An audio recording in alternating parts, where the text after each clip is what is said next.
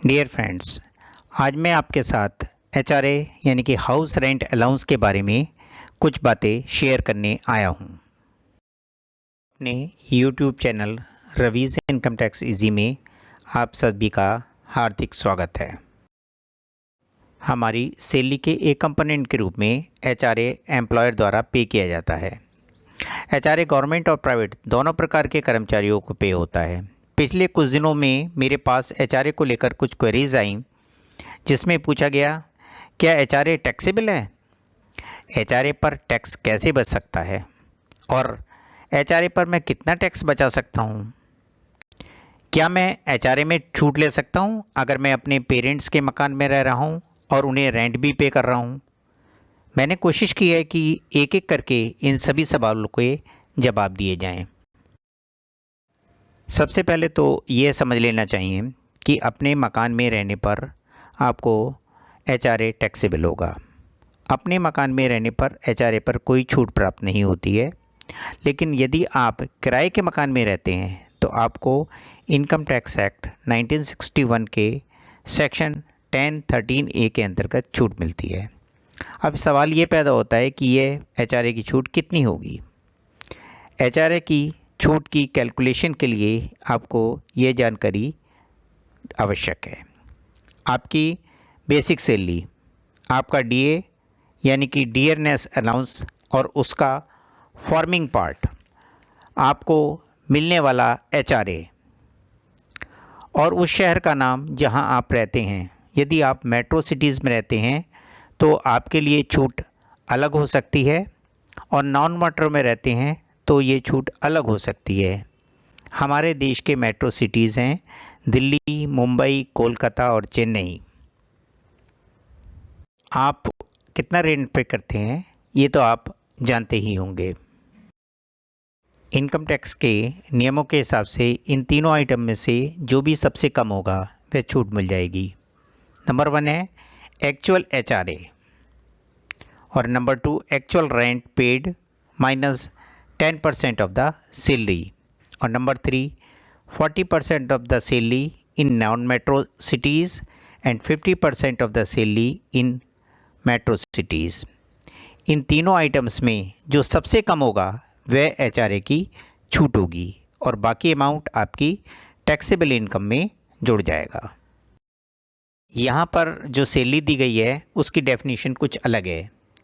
Salary में basic salary plus DA और DA का सिर्फ forming part plus fixed percentage of commission of turnover शामिल है। इसमें डीए के फॉर्मिंग पार्ट का जिक्र किया गया है। आखिर ये डीए का फॉर्मिंग पार्ट क्या है? डीए का वह पार्ट जो आपके रिटायरमेंट बेनिफिट के लिए एलिजिबल होता है, डीए का फॉर्मिंग पार्ट है। ये बेसिक सैलरी के साथ परसेंटेज टर्म के रूप में भी जुड़ा रहता है। गवर्नमेंट एम्प्लॉय में तो डीए का 100% हिस्सा फॉर्मिंग पार्ट होता है, लेकिन कुछ कंपनियां एक निश्चित प्रतिशत ही फॉर्मिंग पार्ट के रूप में रखती है।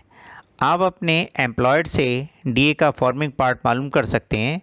जो डीए बेसिक सैलरी के परसेंटेज टर्म में हो वो तो 100% फॉर्मिंग पार्ट होगा ही। इस तरह कमीशन भी सैलरी की कैलकुलेशन में वही कमीशन शामिल किया जाता है जो एम्प्लॉय के द्वारा अर्जित टर्नओवर पर परसेंटेज टर्म में दिया जाता है।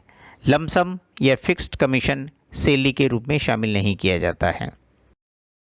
अब एक उदाहरण देख लेते हैं। आपकी मासिक बेसिक सैलरी 50,000 रुपये है। आपको 10,000 रुपये पर मंथ डीए मिलता है जो फॉर्मिंग पार्ट ऑफ डीए है। आपकी अपनी कंपनी के लिए आपने सालाना 50 लाख रुपए का टर्नओवर किया है, जिस पर 2% की दर से आपको 1 लाख रुपए कमीशन मिला है। आपको 20,000 रुपये पर मंथ एचआरए मिलता है। आप 22,000 रुपये पर मंथ मकान का किराया पे करते हैं और आप मुंबई में रहते हैं। आपको एचआरए पे कितनी छूट मिलेगी और कितना एचआरए एग्जम्प्ट होगा ये मालूम करना है। इनकम टैक्स के नियमों के अनुसार इन तीनों में से जो भी कम होगा वह एग्जम्प्ट होगा। फर्स्ट है actual salary for the relevant period. दूसरा है rent paid minus 10% of the salary. तीसरा है 50% ऑफ द सैलरी। आप मुंबई में हैं और जो कि मेट्रो सेंटर है, इसलिए 50% ऑफ द सैलरी। सबसे पहले हम सैलरी कैलकुलेट करते हैं। बेसिक सैलरी 50,000 पर मंथ के हिसाब से 6 लाख रुपये होगी। डीए 10,000 पर मंथ के हिसाब से, जो कि 100% फॉर्मिंग पार्ट है, एक साल का डीए 1,20,000 होगा। आपको टर्नओवर का 2% कमीशन मिलता है और आपका टर्नओवर 50 लाख है, इसका कमीशन 1 लाख रुपए होगा। आपकी ग्रॉस सैलरी होगी 6 लाख प्लस 1,20,000 प्लस 1 लाख, यानी कि 8,20,000।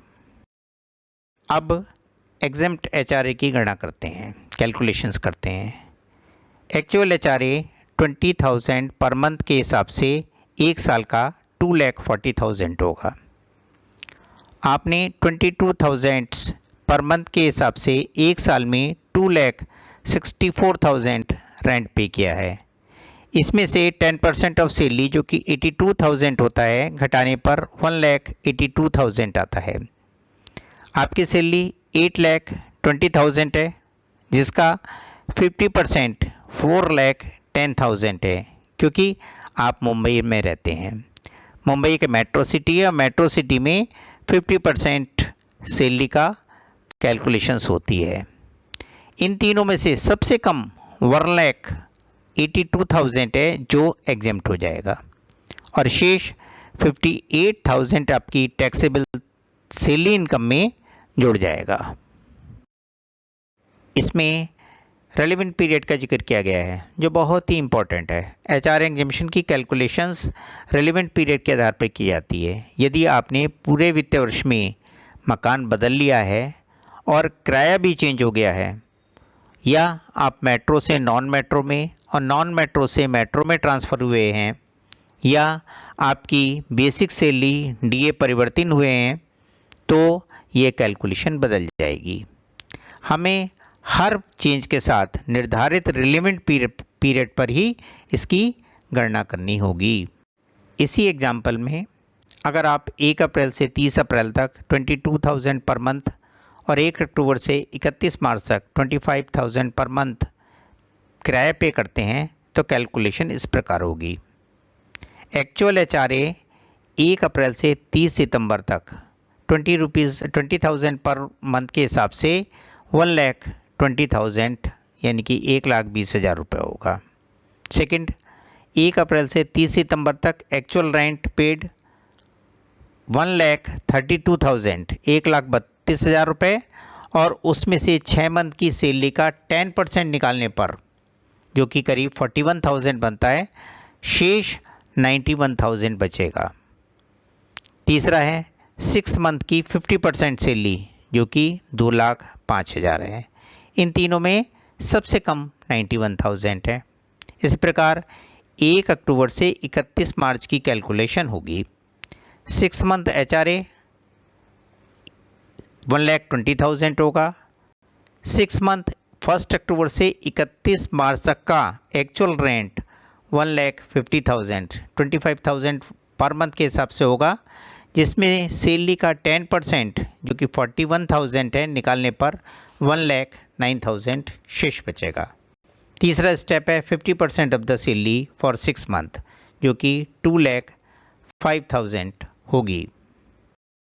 इस उदाहरण में जो पहले 6 महीने हैं उसके लिए जो लीस्ट अमाउंट है वो है 91,000, और जो दूसरे 6 महीने हैं उसके जो लीस्ट अमाउंट है 1,09,000, जिसका टोटल 2 लाख रुपीज़ बैठता है।